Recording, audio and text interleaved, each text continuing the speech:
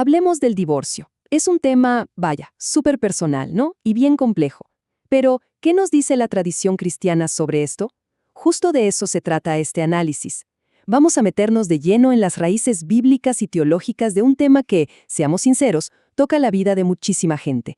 La idea es encontrar un poco de luz en un debate que a veces es bastante enredado. Miren, antes te pensaba que el divorcio era como un problema de los de afuera, ¿no? Algo que pasaba lejos de la iglesia. Pues resulta que ya no. Ahora mismo está tocando la puerta y bien fuerte. Las fuentes que analizamos son claras. Esto ya no es un tema externo. Es una realidad que está dentro de las congregaciones y que se tiene que enfrentar. Y ojo, que no es solo una sensación. Los números, wow, los números hablan por sí solos. Estamos viendo que las familias con un solo papá o mamá dentro de las iglesias están creciendo 2,5 veces más rápido que las familias con ambos padres. 2,5 veces. Detrás de esa cifra hay un montón de historias, de retos personales y sobre todo una necesidad gigante de tener una guía clara y mucho apoyo. Ok, para no perdernos en este tema tan complejo, vamos a seguir una especie de mapa. ¿Listos? Primero, vamos a ver qué tan grande es este desafío. Después, nos metemos con las 4 posturas principales que existen. De ahí a lo mero bueno, los fundamentos bíblicos. Luego tocaremos el tema del nuevo matrimonio, que es bastante delicado. Y para cerrar, veremos por qué es tan importante que haya claridad en todo esto. Muy bien, empecemos con el primer punto, el tamaño del desafío.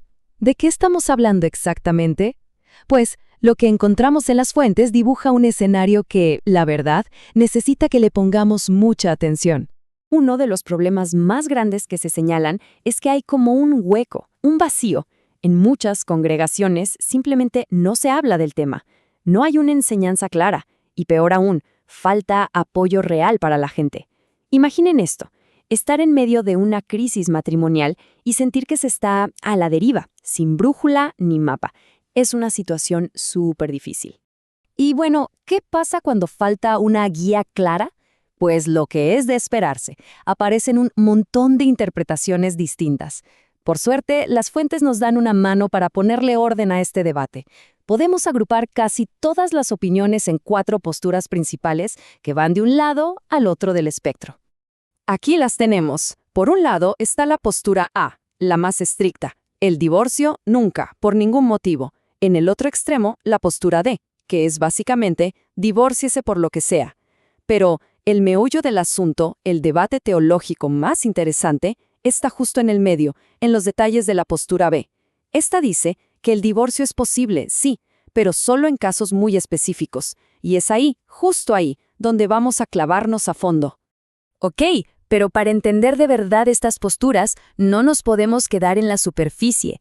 Tenemos que ir a los cimientos, a la base de todo. Así que vamos a examinar los fundamentos bíblicos que sostienen, digamos, todo este edificio de ideas. Y aquí de entrada nos topamos con un choque de ideas. Pensemos en 2 maneras de ver el matrimonio. La visión moderna, muy pragmática, lo ve como un contrato. ¿Y qué pasa con los contratos? Si ya no me conviene o no me da lo que quiero, pues se cancela y listo. Pero del otro lado está la visión bíblica, que es totalmente diferente. No habla de un contrato, sino de un pacto. ¡Un pacto! Algo sagrado, permanente, que va mucho más allá de la satisfacción personal. Esta idea de que el matrimonio es para siempre no es una sugerencia. Tiene su origen en palabras con muchísimo peso. Por ejemplo, en Mateo 19 se dice, «Lo que Dios juntó, no lo separe el hombre». ¡Uf! Es una frase que pone al matrimonio en otro nivel, ¿no? Lo presenta como una unión que tiene un sello divino. Y la cosa se pone todavía más seria. La fuerza con la que se habla de esto es impresionante. En el Antiguo Testamento, en el libro de Malaquías, se usa una palabra muy fuerte. Dice que Dios aborrece el divorcio. No que no le gusta o que lo desaprueba. La palabra es aborrece. Eso nos da una idea de la gravedad que se le atribuye a romper ese pacto. Bueno, pero entonces, ¿de dónde salen las excepciones? ¿Por qué algunos dicen que sí se puede en ciertos casos? Pues la clave, la pieza que abre la puerta a todo el debate, está en una sola palabra.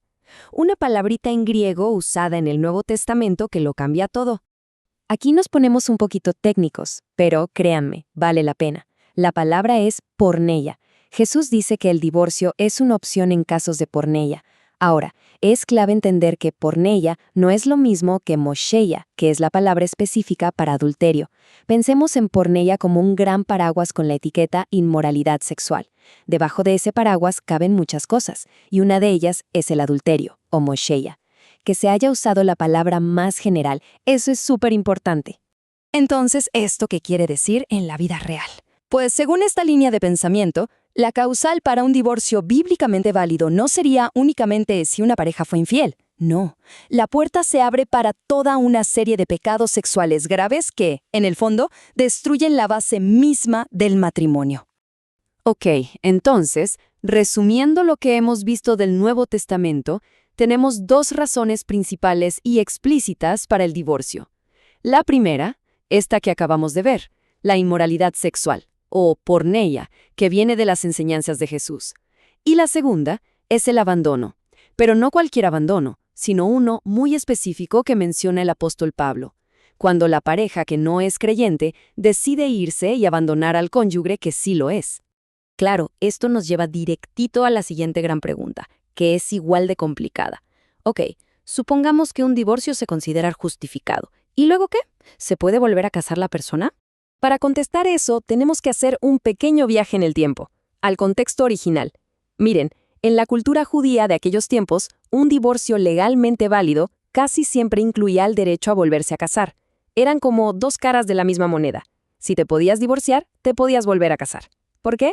Porque en esa sociedad era la única forma de asegurar protección social y económica, sobre todo para la mujer.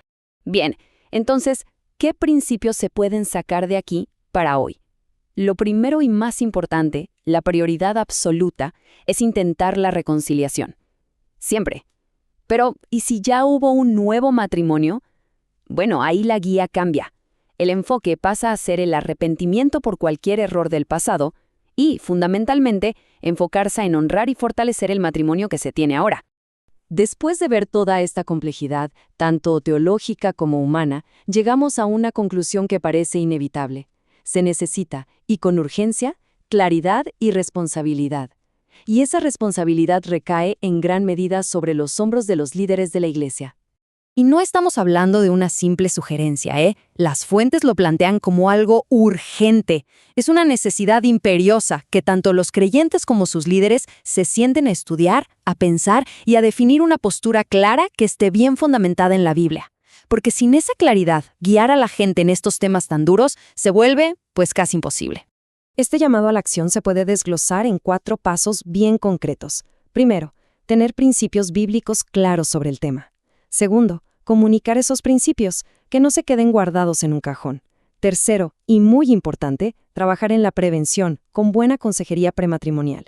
Y cuarto, que quizás es el corazón de todo, estar ahí, activamente, para apoyar con compasión a los que ya están lidiando con el dolor de un divorcio. Y al final, todo esto nos deja con la pregunta del millón, una que es como caminar en la cuerda floja. ¿Cómo es posible mantener principios bíblicos firmes y al mismo tiempo mostrar una compasión real y profunda por el dolor de la gente? ¿Cómo se equilibran la verdad y la gracia? ¿Encontrar esa respuesta? Bueno, ese es probablemente el reto más grande que enfrentan las comunidades de fe hoy en día.